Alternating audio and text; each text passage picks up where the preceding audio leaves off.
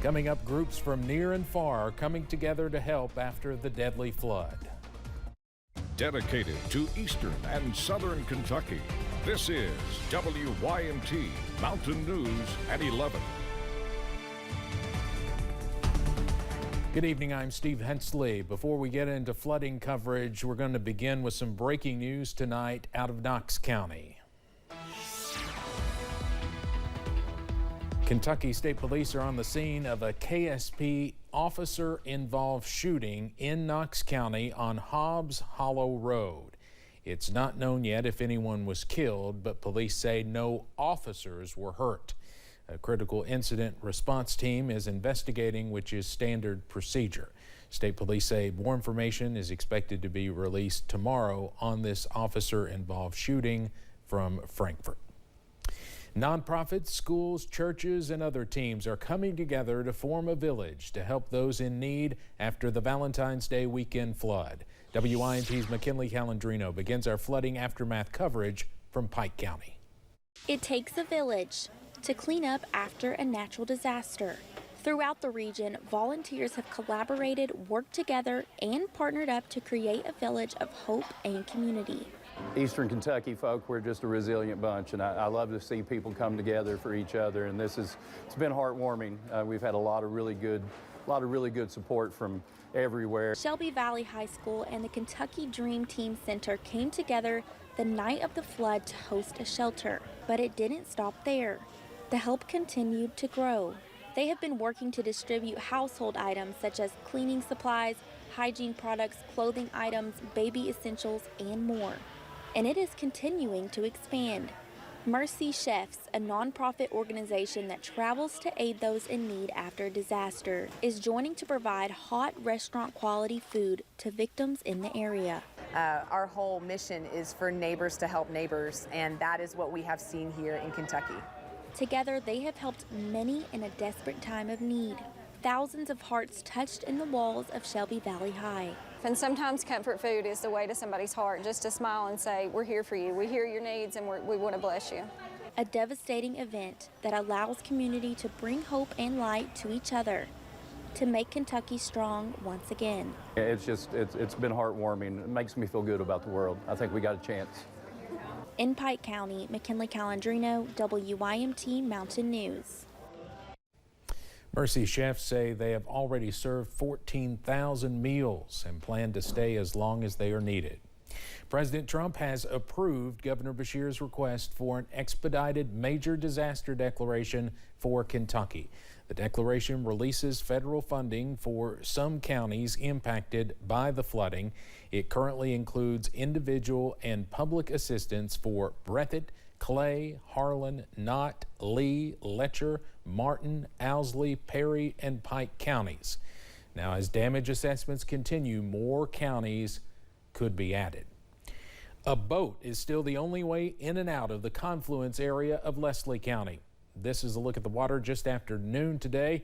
Officials tell us it is dropping, but it could still take another 3 to 5 days for it to completely go down.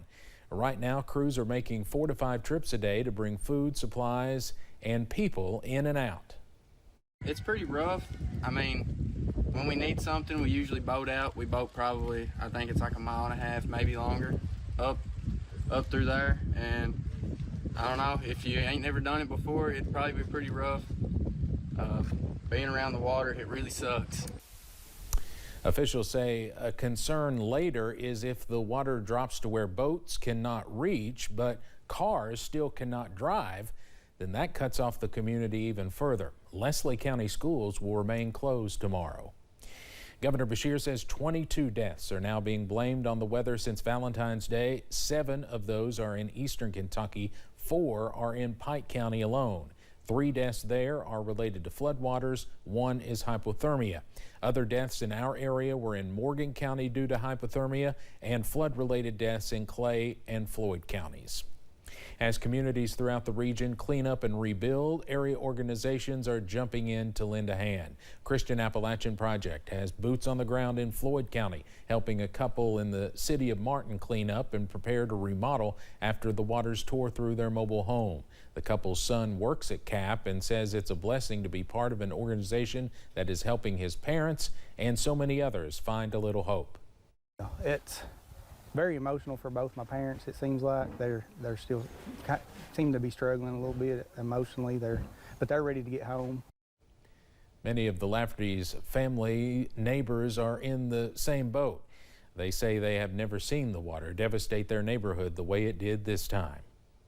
CAP is also bringing a semi-truck full of disaster relief supplies to the distribution center at the Knox County Sportsplex. That happened earlier today. This includes items such as heaters, generators, water, and cleaning supplies. Program manager for CAP's Operation Sharing, Aaron Toms, says their work is far from over. People still care about them, and sometimes we think we lose faith in humanity. I know that Christian Appalachian Project hasn't forgot about them. I wouldn't want to be in their shoes for them, but I'm glad to not. I'm not here to give handouts. I'm here to give hand-ups, and we are in this for the long haul, for the whole duration. Officials say distribution centers will be open as long as there is a need and there's available supplies.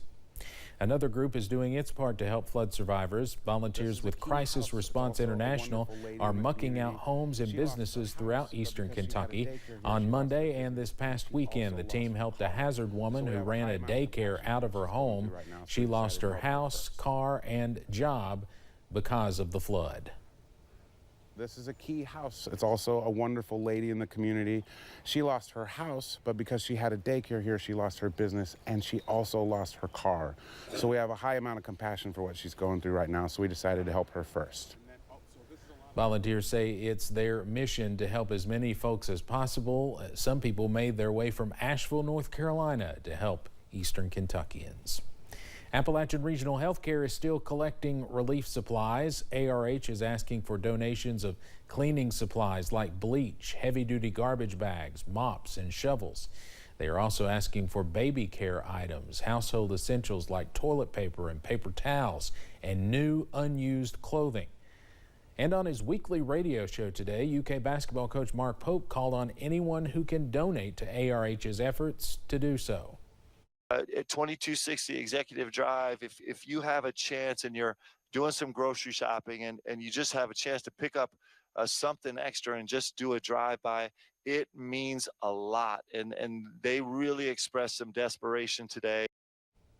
That address he mentioned was the location in Lexington. There are also locations you can drop off items in Hazard and Prestonsburg. You can find the full list of accepted items and those locations online.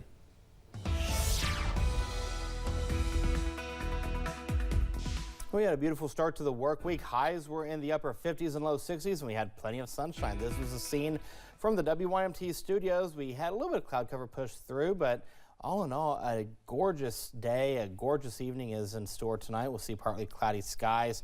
Temperatures right now still in the 30s and 40s, even low 50s. Look at Prestonsburg, 51, 49 in Jackson, 49 in Pikeville. Whitesburg's at 34, 46 in Hazard, 10 cooler in Manchester. You see a nice little cluster of 41s from Somerset to London over towards Williamsburg. Here's a look at live pinpoint Doppler radar. All is quiet across eastern Kentucky, and this will get a break as we go throughout the next couple of days. Your forecast as we go throughout the overnight hours, we'll see an overnight low of 40. We'll see a temperature right around 43 by 6 a.m. We'll go into the mid-50s by noon, but rain chances are in the forecast, and I'll tell you when coming up in the first alert forecast in a few minutes. Steve. Eric, thanks. The Kentucky Court of Appeals has upheld the high bond for the suspect charged with killing Amber Spradlin in Floyd County. M.K. McKinney, the son of Dr. Michael McKinney, was charged with murder in the case. The court concluded the $5 million bond was reasonable based on the details of the case. Attorneys for McKinney appealed, but justices upheld the ruling by Judge Eddie Coleman. A new court filing names London Mayor Randall Weddle and the City of London as defendants in a defamation lawsuit. The plaintiffs are identified as two brothers and former state troopers named James and John Phelps. The lawsuit alleges Weddle defamed them during a YouTube podcast.